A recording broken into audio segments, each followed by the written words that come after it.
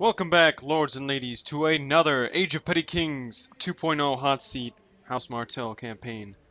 Last time we left off by losing these two regions on the Eastern Front, and we've lost our final one because this place was just gonna get crushed, honestly. After I went to war with Hightower, this whole plan has just gone down the tube. I shouldn't have gone at war with them, I should have just pushed north. But none of us really imagined that House Durandon or the Storm Kings would be this powerful this early on, since it's only turned 24, and as you can see on the minimap, they're pretty big. And now that they're allied with House Hightower, you know, it's not that great for us. Things will change. Things will change. This I know because I've seen the future. Actually, I'm playing this in the future, so that's how I know. So, at this time, looking back, I think I should have just pulled back all my forces back to these three regions because they're a lot more defendable than trying to keep Vaith and Saltshore.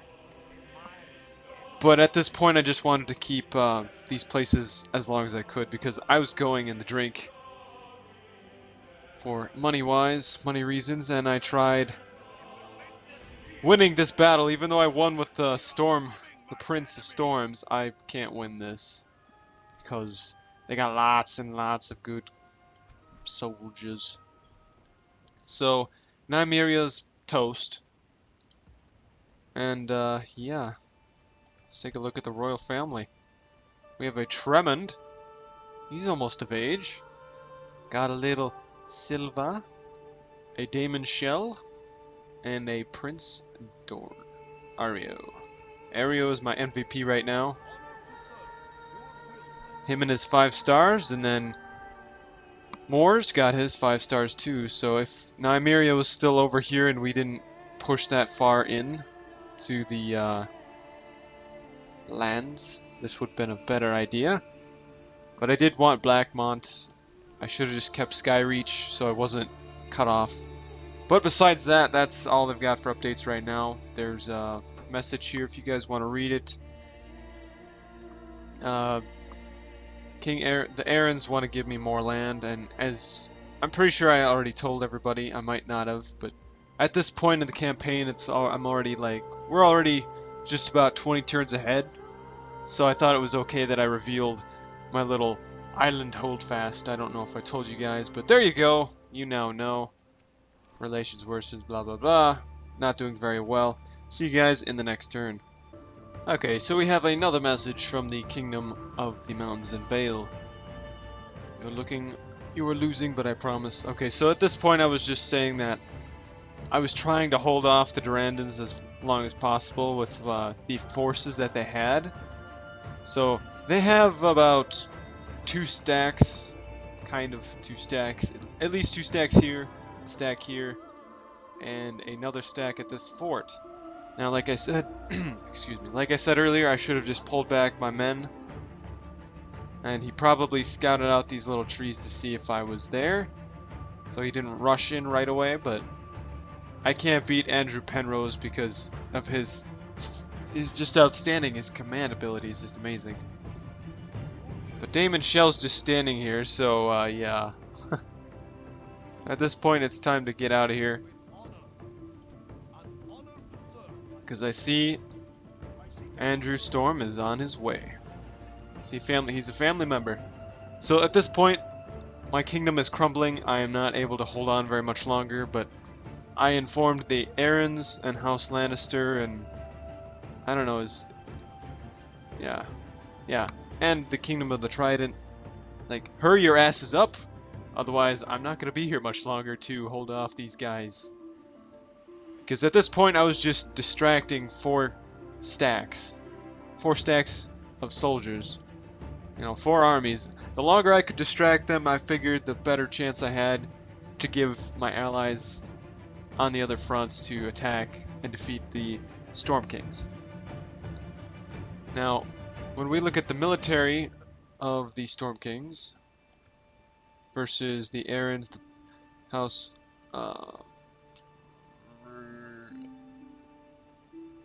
Rave, no, God, how could I forget the... How could I forget this house? There's the Brackens, House Bracken, and there's House Blackwood. That's what I wanted to keep saying Black Tree, and I'm just like, it's not Black Tree. Golly. But yeah, House Blackwood's kind of dying. Kingdom of the Trident. They're almost gone, military-wise. Their king, I believe, like, the last 3 or 4 turns, their king was killed, so they're gone. They're just about as bad off as I am, so yeah. And the Lannisters have been getting hit pretty hard by the Hightowers and House Greyjoy. So yeah, they're not gonna make it much longer either.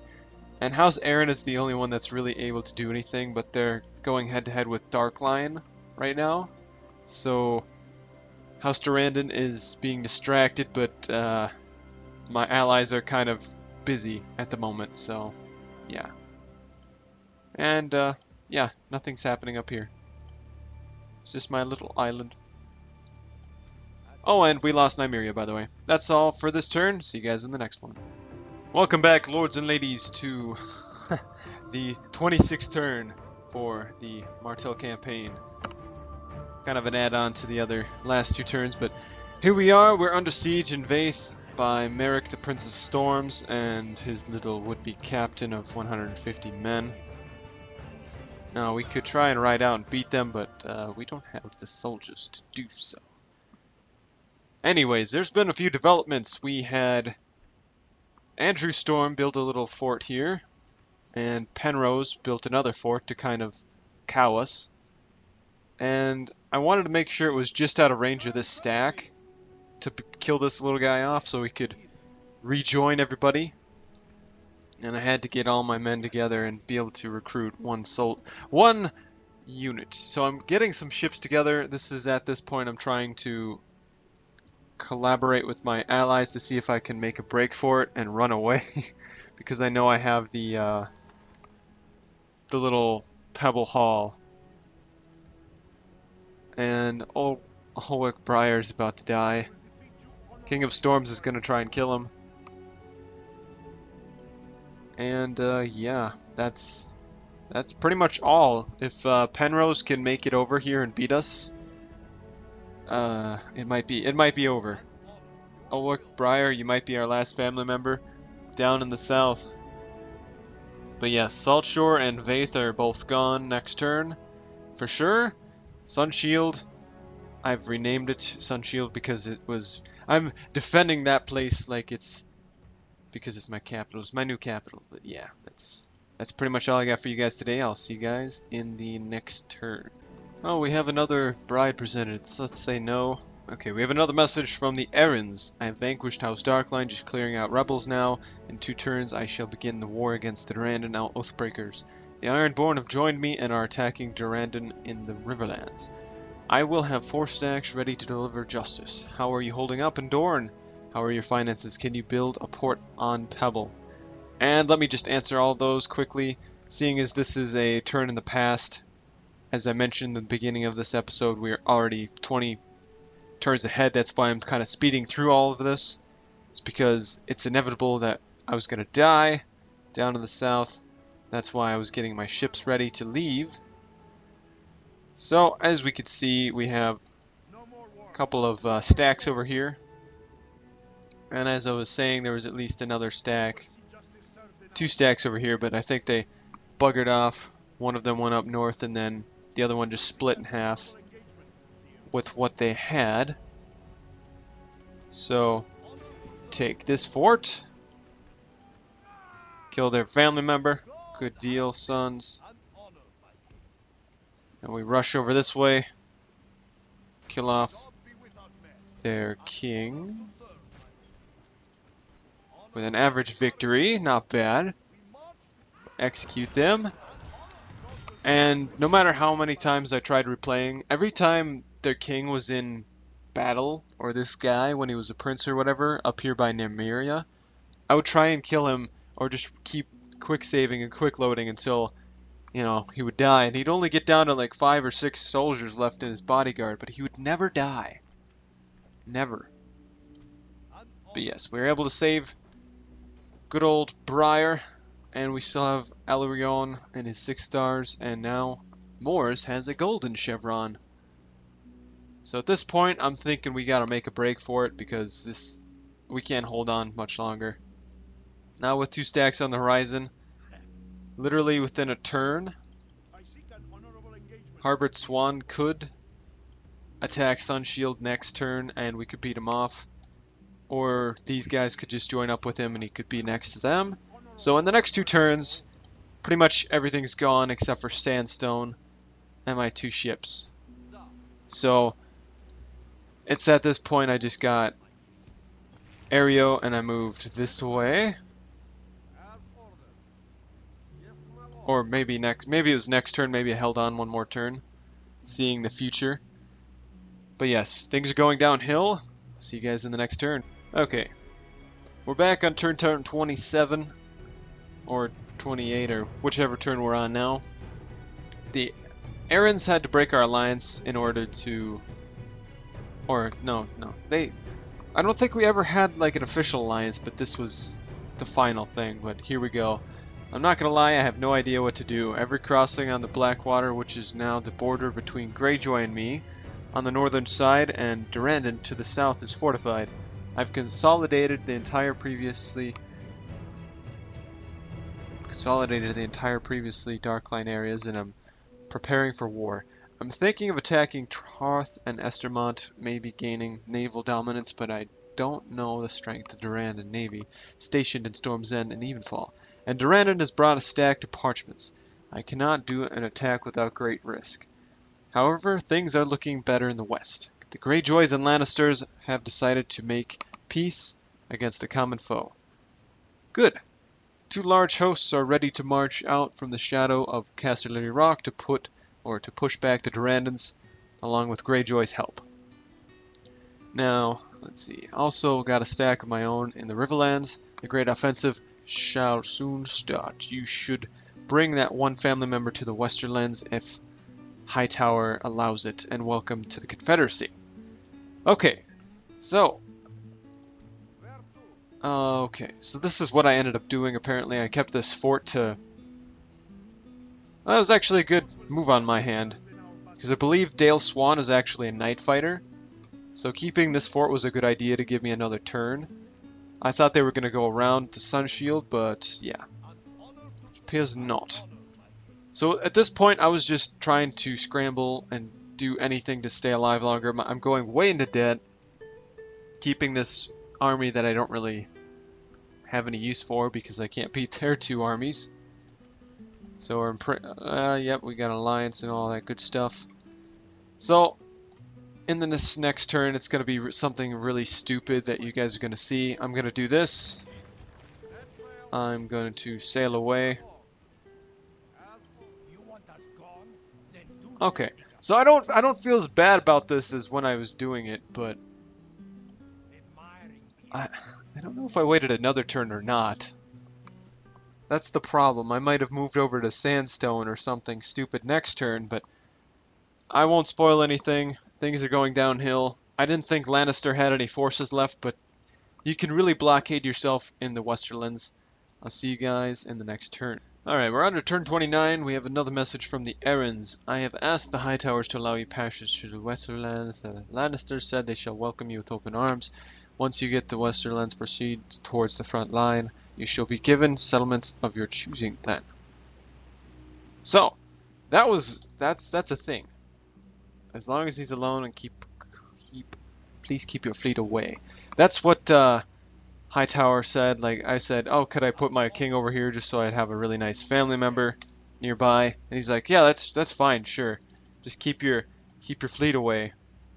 So that's why I sent my fleet over this way, and that's why good old Aereo is he's dead. Oh, that's right. He was knocked back here. He was attacked last turn, and he was defeated. So next turn, he's gonna die. Just gonna break that all to you guys now. Now, what I was doing here with Briar is I saw an opening. The Yornwood Castle was kind of undefended, and I wanted to strike back in a sense. to kind of prolong the southern conflict, but yeah. Suppose we could do something like this. Beat that. Die in the process because they have all the frickin' infantry pikemen, you know? Yeah, but anyways, things are going downhill in the south. After my army's gone, we'll start gaining a little bit of money with the castles we have, but pretty much next turn, people will see that the charade is gone, that I'm still alive somehow. They won't figure it out until quite a bit later, where Harm and Brownhill is my last family member up in the north. My last and only. I do have Trem and Martell and Silva Martell that might be able to spawn in after everybody's dead down south. So there's hope. But for me specifically, there's not any because I chose to go the wrong way. Those ships last turn were there, and I figured I would have a better defense.